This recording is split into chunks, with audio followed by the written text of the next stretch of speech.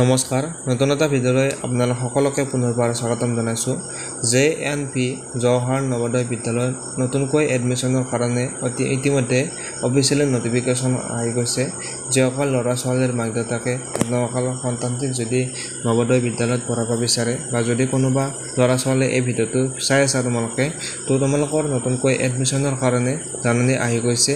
2026-27 বৰ্ষৰ কাৰণে এডমিশ্যনৰ কাৰণে ইতিমধ্যে আজিৰে পৰা এপ্লাইটো আৰম্ভ হৈ গৈছে। যিসকল ল'ৰা ছোৱালী বা যিসকল ল'ৰা ছোৱালীৰ মাক দেউতাকে আপোনালোকৰ সন্তানক যদিহে নৱোদয় বিদ্যালয়ত পঢ়াব বিচাৰে, এই ভিডিঅ'টো আপোনালোকে শেষলৈ চালে নৱোদয় এডমিশ্যনৰ বিষয়ে সকলোবিলাক তথ্য এই ভিডিঅ'টোত আপোনালোকে জানিব পাৰিব। আৰু ইতিমধ্যে যিহেতু এপ্লাই আৰম্ভ হৈ গৈছে আৰু আপোনালোকে 29 জুলাইলৈকে আপোনালোকে এই যিটো নৱোদয় এডমিশ্যন হয় এডমিশ্যনৰ কাৰণে আপোনালোকে এপ্লাই কৰিব পাৰিব। তো এইটো ভিডিঅ' আপোনালোকে অলপ স্কিপ নকৰাকৈ শেষলৈ চাই থাকিব, কিয়নো এইটো ভিডিঅ'ত আপোনালোকক এডমিশ্যনৰ কাৰণে যিখিনি আপোনালোকে জানিব লাগে সকলোবিলাক ইম্পৰ্টেণ্ট ডিটেইলছ এই ভিডিঅ'টোত আপোনালোকে শেষলৈ চালে জানিব পাৰিব। গতিকে ফ্ৰেণ্ডছ, আপোনালোকে যদিহে এনেকুৱা ধৰণৰ ইনফৰমেশ্যনবিলাক ৰেগুলাৰ পাই থাকিব বিচাৰে তো আপোনালোকে চেনেলটো ছাবস্ক্ৰাইব কৰি বেল আইকনটো প্ৰেছ কৰি ৰাখিব। JNP জৱাহৰ নৱোদয় বিদ্যালয়ত নতুনকৈ এডমিশ্যনৰ কাৰণে 2026-27 বৰ্ষৰ এডমিশ্যন যিটো বেটছ হ'ব সেই বেটছৰ এডমিশ্যনৰ কাৰণে ইতিমধ্যে তেওঁলোকে অফিচিয়েলি নটিচ প্ৰকাশ কৰিছে। আৰু এই নটিচখনত 2026-27 বৰ্ষৰ যিটো বেটছ হ'ব সেই বেটছৰ কাৰণে এডমিশ্যনৰ কাৰণে তেওঁলোকে নটিফিকেশ্যন প্ৰকাশ কৰিছে। ইতিমধ্যে এপ্লাইটো আজিৰে পৰা ষ্টাৰ্ট হৈ গৈছে আৰু আপোনালোকে লাষ্ট ডেটটো হৈছে 29 জুলাই। 29 জুলাইলৈকে আপোনালোকে এই এডমিশ্যনৰ কাৰণে এপ্লাই কৰিব পাৰিব। নৱোদয় বিদ্যালয়ত এডমিশ্যন ল'বলৈ হ'লে তোমালোকে কিমান ক্লাছৰ পৰা আপোনালোকে এপ্লাই কৰিব পাৰিবা সেইটো প্ৰথমতে জনাই দিছোঁ। তো তোমালোকে যেতিয়া এই নৱোদয় বিদ্যালয়ত এডমিশ্যনৰ কাৰণে এপ্লাই কৰিবা, তোমালোকে যদিহে ক্লাছ 5ত পঢ়ি আছা তো তোমালোকে এপ্লাই কৰিবৰ কাৰণে এলিজিবল হ'বা। আৰু কিয়নো যিটো নৱোদয় বিদ্যালয় এডমিশ্যনৰ বেটছ মুকলি কৰিছে তো সেই বেটছটো হ'ব ক্লাছ 6ৰ পৰা বেটছ হ'ব। গতিকে তোমালোকে যেতিয়া ক্লাছ 5ত পঢ়ি আছা তো যিসকল ল'ৰা ছোৱালীয়ে ক্লাছ 5ত পঢ়ি আছা তো তেওঁলোকে এই নৱোদয় এডমিশ্যনৰ কাৰণে এপ্লাই কৰিব পাৰিবা। কিন্তু যদিহে তোমালোকে ক্লাছ 6ত বৰ্তমান পঢ়ি আছা তো তোমালোকে এপ্লাই কৰিবৰ কাৰণে এলিজিবল নহ'বা।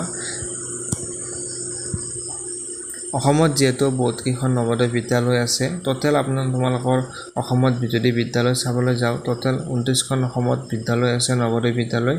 আৰু তোমালোকে যদি অসমৰ যিকোনো বিদ্যালয়ত পঢ়িব বিচাৰা তোমালোকে প্ৰথমতে এপ্লাই কৰিব লাগিব। আৰু এপ্লাই কৰাৰ পিছত তোমালোকে চিলেকশ্যন প্ৰচেছটোত তোমালোকৰ প্ৰথমতে এক্সামটো অনুষ্ঠিত হ'ব। যিটো এক্সাম হ'ব এই এক্সামটো তোমালোকৰ ডিচেম্বৰ মাহৰ 13 তাৰিখে তোমালোকৰ এক্সামটো অনুষ্ঠিত হ'ব। তেওঁলোকে ইয়াত উল্লেখ কৰিছে ছেটাৰডে অনুষ্ঠিত হ'ব। ৰাতিপুৱা 11:30 বজাৰ পৰা তোমালোকৰ এক্সামটো অনুষ্ঠিত হ'ব।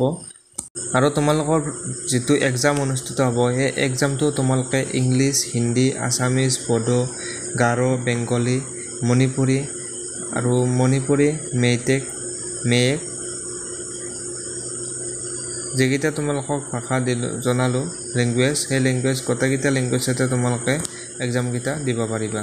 তোমালোকৰ বয়সটো ইয়াত মই ধৰি দিছে যে তোমালোকৰ বয়সটো হ'ব লাগিব 1 মে 2014 পৰা আফটাৰ 1 জুলাই 2016 ভিতৰত তোমালোকৰ যিটো ডেট অফ বাৰ্থ হয় অৰ্থাৎ জন্ম হয় সেই জন্মৰ তাৰিখটো তোমালোকৰ হ'ব লাগিব।